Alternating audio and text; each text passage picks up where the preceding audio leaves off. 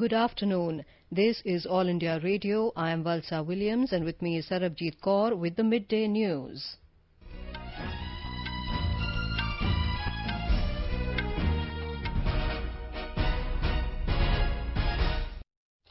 The headlines. Prime Minister Narendra Modi unveils 7 projects worth 541 crore rupees for urban infrastructure and clean water supply in Bihar. More than 50 projects worth 6,000 crore rupees approved in Bihar to keep River Ganga clean. Defence Minister Rajnath Singh to make a statement in Lok Sabha this afternoon on India-China standoff in eastern Ladakh. COVID-19 recovery rate reaches 78.28%. Over 38,59,000 people have recovered so far. Parliament passes Aircraft Amendment Bill 2020 to convert existing bodies under the ministry into statutory bodies.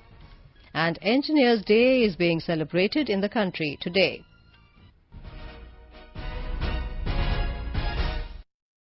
Prime Minister Narendra Modi today inaugurated and laid the foundation stones for 7 projects related to urban infrastructure in Bihar through video conferencing. Out of these, 4 projects are related to water supply, 2 to sewerage treatment and 1 to riverfront development. The total cost of these projects is 541 crore rupees. The implementation of these projects has been undertaken by BUIDCO under Urban Development and Housing Department of Bihar. Chief Minister Nitish Kumar was also present on the occasion. Sewerage treatment plants built under Namami Gange at Beur and Karmali Chak in Patna Municipal Corporation was inaugurated by the Prime Minister. He also inaugurated water supply projects built under Atal Mission for Rejuvenation and Urban Transformation in Siwan Municipal Council and Chhapra Municipal Corporation. Both these projects will help local residents get pure drinking water 24 hours a day. साल 2014 के बाद से तो एक प्रकार से बुनियादी सुविधाओं से जुड़ी योजनाओं का करीब करीब पूरा नियंत्रण ग्राम पंचायत या स्थानीय निकायों को दे दिया गया है। अब योजनाओं की प्लानिंग से लेकर अमलीकरण तक और उनकी देखरेख का काम, उसका जिम्मा अब स्थानीय निकाय स्थानीय जरूरतों के हिसाब से कर पा रहे हैं। यही कारण है कि अब केंद्र और बिहार सरकार के साझा प्रयासों से बिहार के शहरों में पीने के पानी और सीवर जैसी मूल सुविधाओं के ढांचे में निरंतर सुधार हो रहा है।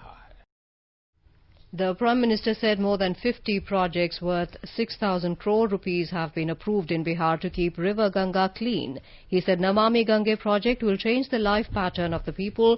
Sewerage treatment plant has been set up to stop flow of polluted water into River Ganga. He said villages on the banks of Ganga are being developed as Ganga Gram. He said Namami Gange will also be very helpful for Project Dolphin and biodiversity in Ganga.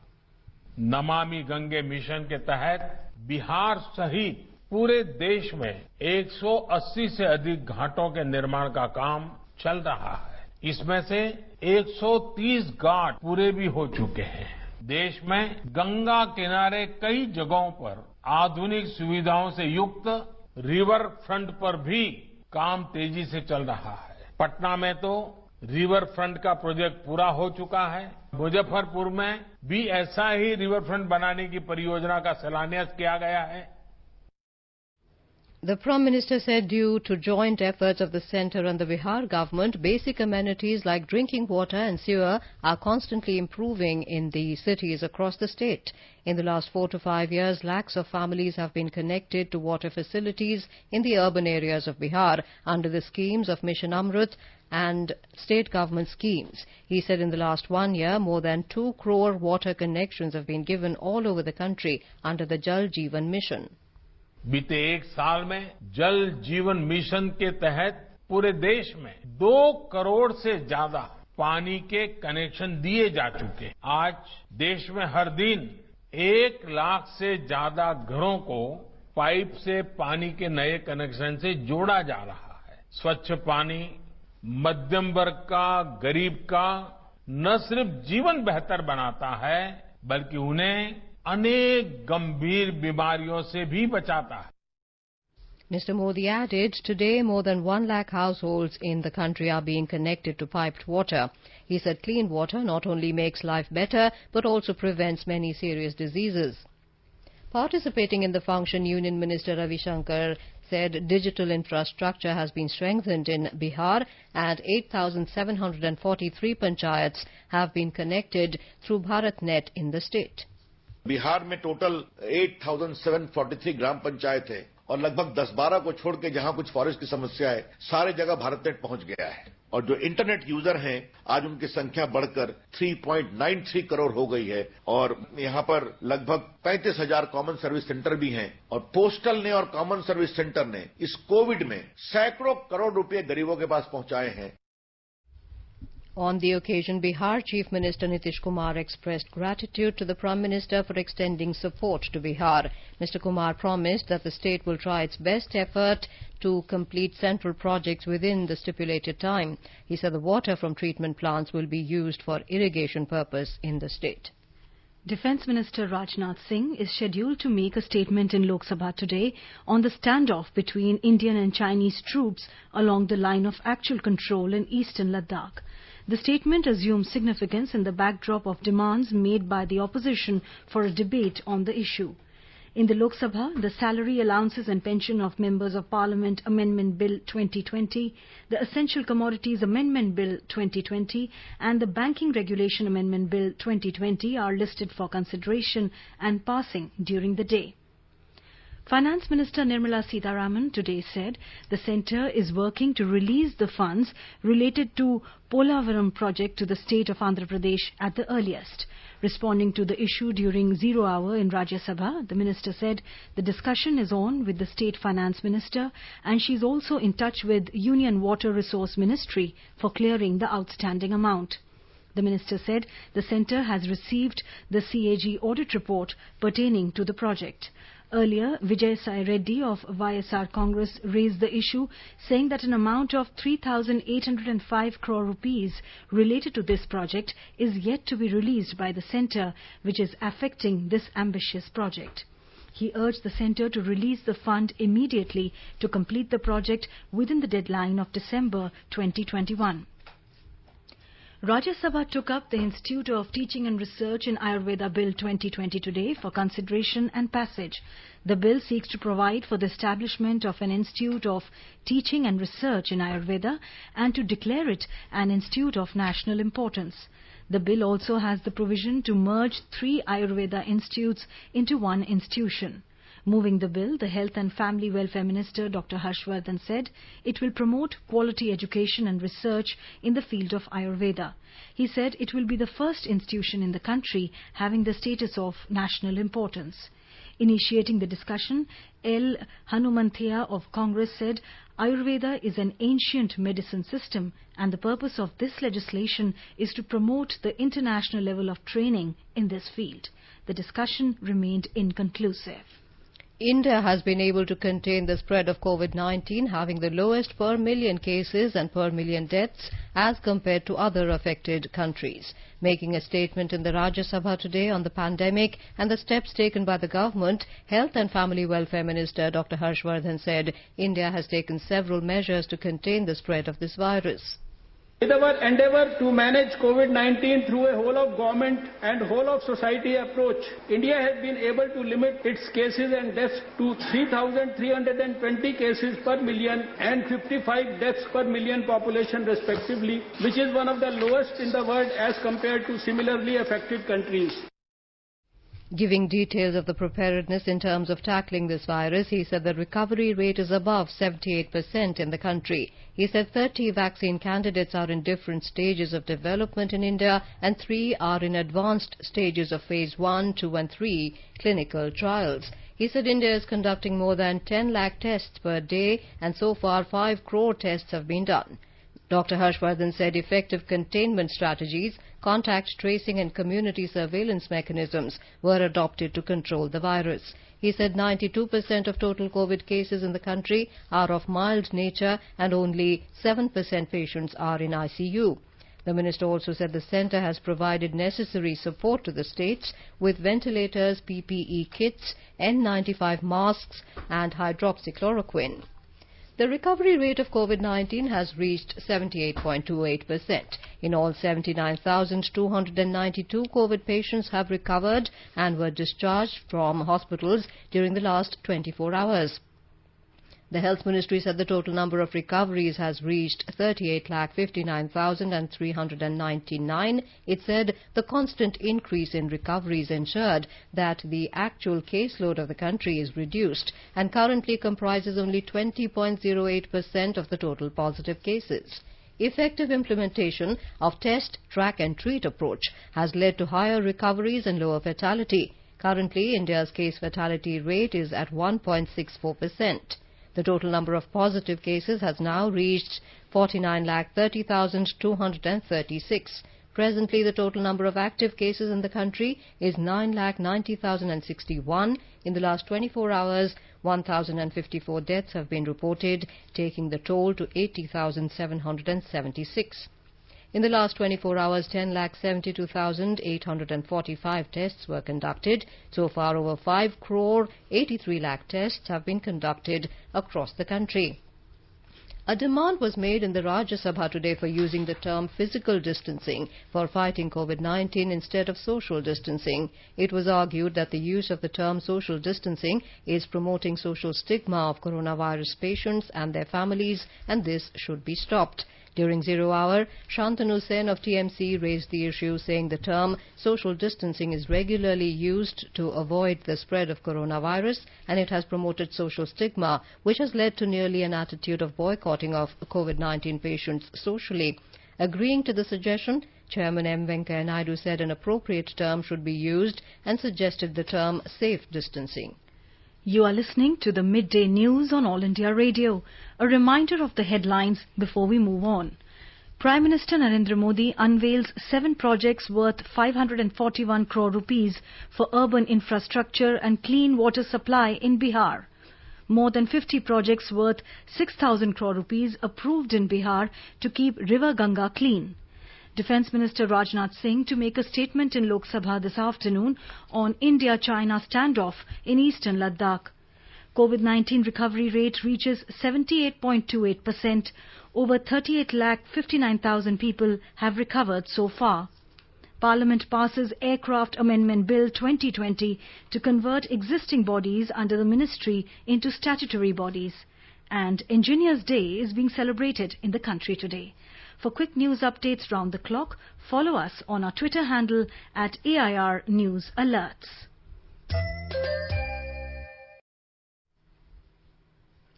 Parliament has passed the Aircraft Amendment Bill 2020 with the Rajya Sabha approving it today. The bill has already been passed by the Lok Sabha. It seeks to amend the Aircraft Act 1934. It has provisions to convert 3 existing bodies under the Ministry of Civil Aviation into statutory bodies. These 3 authorities are the Directorate General of Civil Aviation, the Bureau of Civil Aviation Security, and the Aircraft Accidents Investigation Bureau. Under the bill, each of these bodies will be headed by a Director General who will be appointed by the Centre. Replying to a discussion on the bill, Civil Aviation Minister Hardeep Singh Puri said privatization will help in the development of the airports in the country. Citing the successful privatization process of Delhi and Mumbai airports, he said privatization of these airports has garnered 29,000 crore rupees, which were spent on the development of other airports in the country. On the air safety issue, the Civil Aviation Minister said this government will not compromise on it and India is doing well on several parameters set by the air safety regulators. Appreciating the Lifeline Udan and Vande Bharat schemes, he said 16 lakh passengers were repatriated from other countries. Mr. Puri said the legislation has given a new definition to the 3 bodies. He also said the bill raises the maximum limit on fines from 10 lakh rupees to 1 crore rupees. These fines are related to carrying arms, explosives and other dangerous goods aboard aircraft and constructing building or structures within the specified radius around an aerodrome reference point. Earlier initiating the discussion, K.C. Venugopal of the Congress questioned the government's move to lease out airports, including Trivandrum and Jaipur airports. He accused the centre of favouring a particular company in this direction. Binoy Vishwam of CPI also criticised the government on the issue. Dinesh Trivedi of Trinamool Congress said Air India has played a vital role during the Vande Bharat mission and the plan for selling the airline should be reconsidered by the government. He urged the government to bring overall changes in the Aircraft Act 1934. The Rajya Sabha has since been adjourned for the day. In Rajasthan, with 799 cases reported this morning, the active cases of COVID-19 touched a new high of 17,468 in the state. The overall tally rose to 1,04,937. Highest 141 cases have been reported in Jaipur, while 93 new cases reported from Jodhpur. COVID cases have also been reported in large numbers from Ajmer, Alwar, Nagaur and Kota. The active cases have continuously been on the rise in the state, though the recovery rate in the state still above 82%. In Maharashtra, the statewide program to contain the spread of COVID-19 began today. As per the program, My Family, My Responsibility, each and every household in the state will be visited by health teams along with the help of local public representatives. The health teams will inquire about the health of members in the family and accordingly classification will be done with regard to the problems they face. The line of treatment will also be decided after examining the health condition of an individual. Our Mumbai correspondent has more details in this report.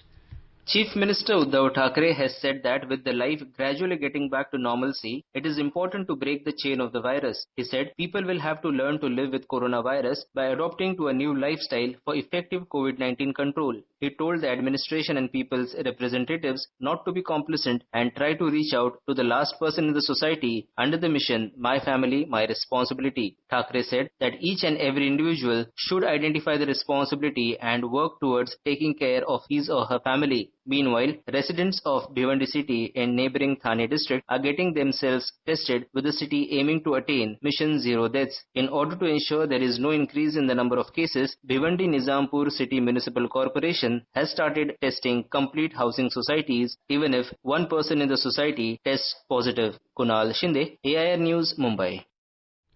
In Karnataka, the recovery rate of COVID-19 has exceeded the positive cases yesterday. The state reported 8,244 new COVID cases and at the same time 8,865 patients were discharged post-recovery. The state conducted 45,961 tests. There are 119 deaths reported yesterday. Bengaluru urban district with highest caseload in the state reported 3,495 people were discharged against 2,966 new COVID cases. More details from our correspondent.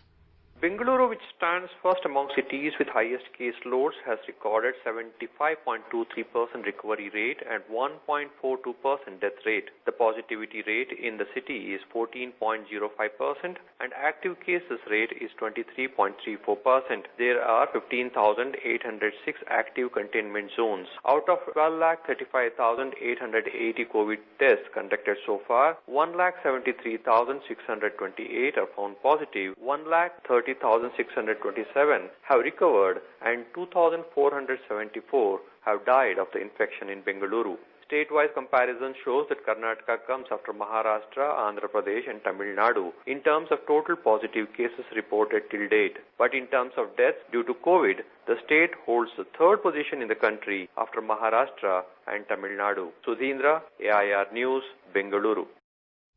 Telangana reported 2,058 fresh COVID-19 cases during the last 24 hours, taking the number of cases reported so far in the state to 1,60,571. The recovery rate in the state has also slightly improved to 80.45%, with 2,180 more people recovering yesterday.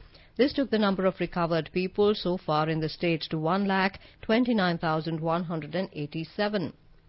Kerala will conduct genetic study of COVID patients. Presently, the state has 30,486 active COVID cases. More details in this report.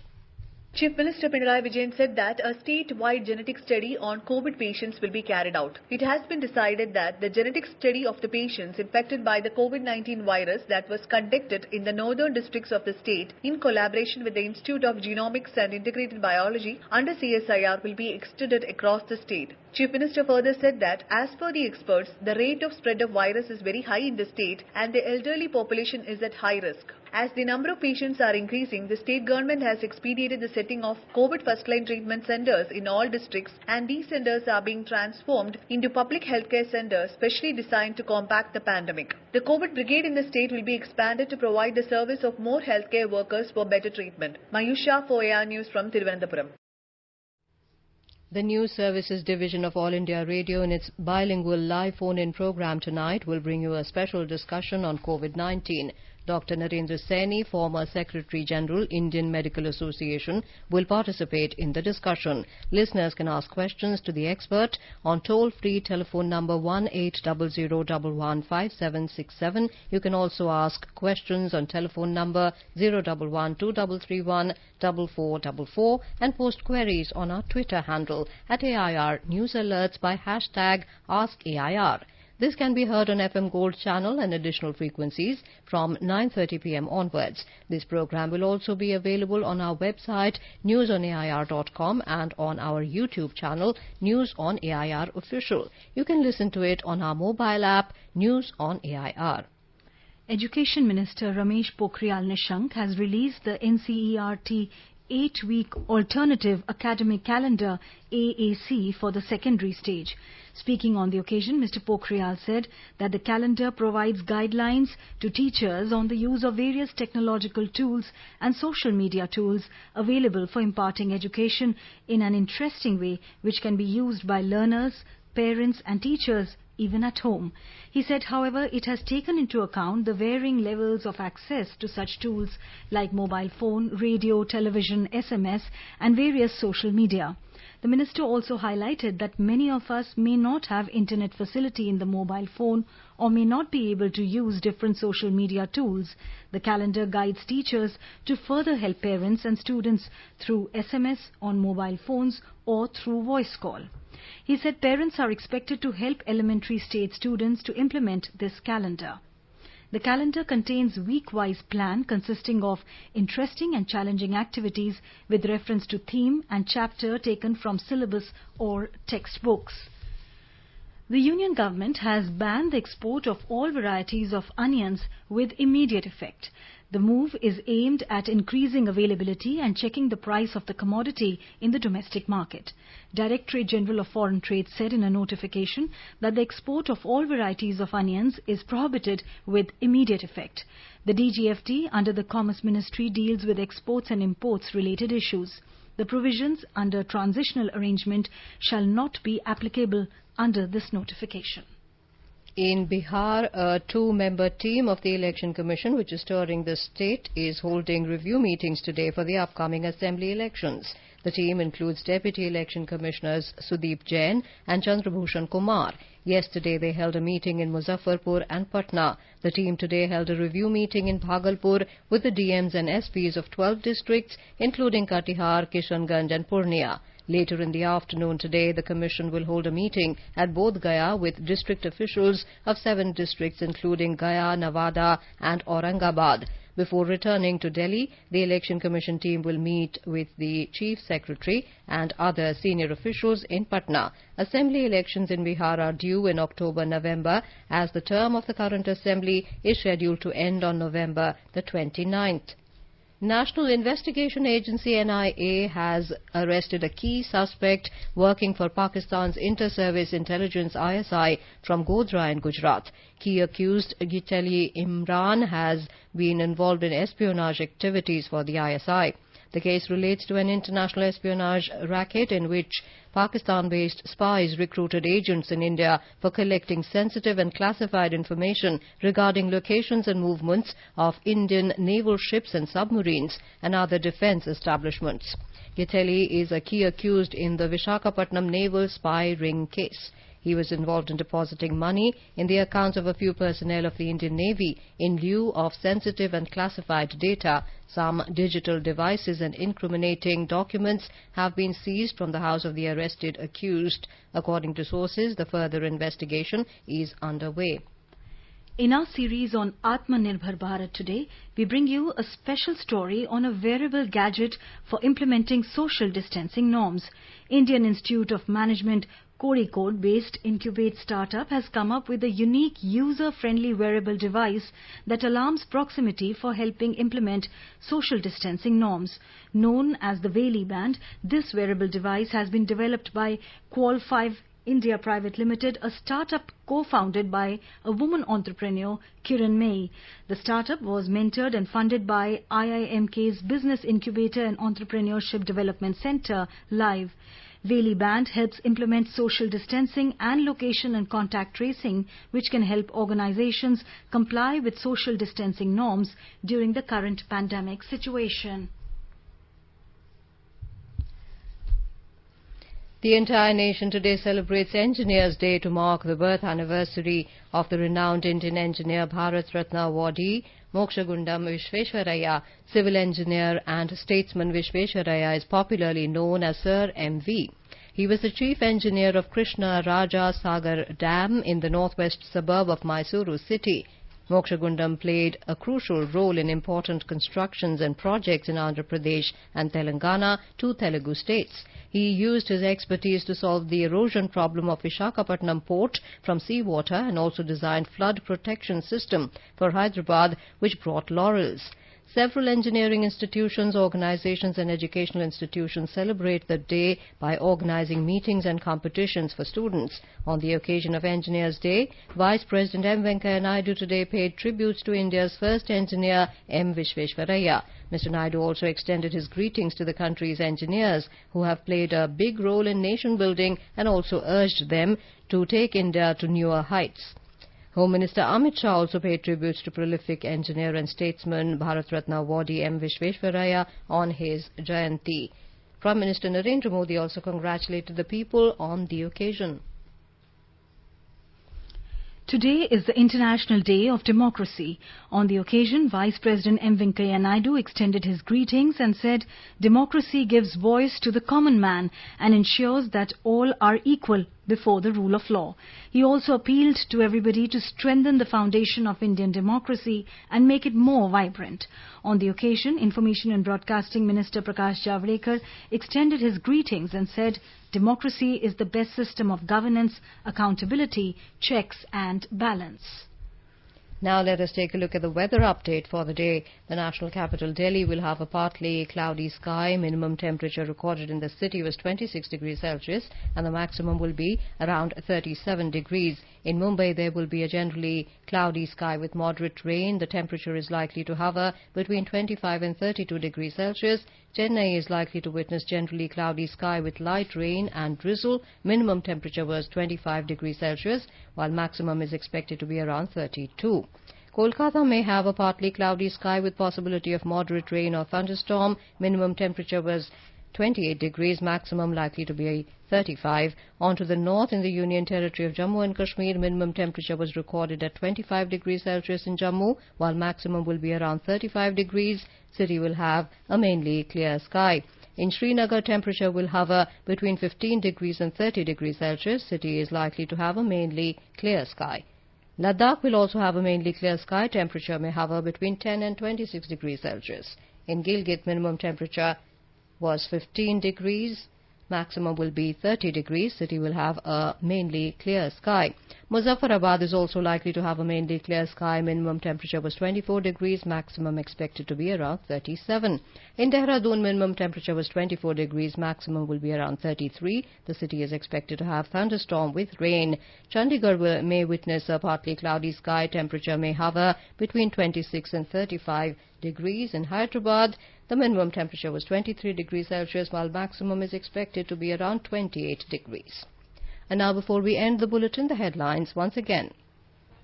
Prime Minister Narendra Modi unveiled 7 projects worth 541 crore rupees for urban infrastructure and clean water supply in Bihar. More than 50 projects worth 6,000 crore rupees approved in Bihar to keep river Ganga clean. Defence Minister Rajnath Singh to make a statement in Lok Sabha this afternoon on India-China standoff in eastern Ladakh. COVID-19 recovery rate reaches 78.28%. Over 38,59,000 people have recovered so far. Parliament passes Aircraft Amendment Bill 2020 to convert existing bodies under the ministry into statutory bodies. Engineers' Day is being celebrated in the country today. And with that, we end the midday news.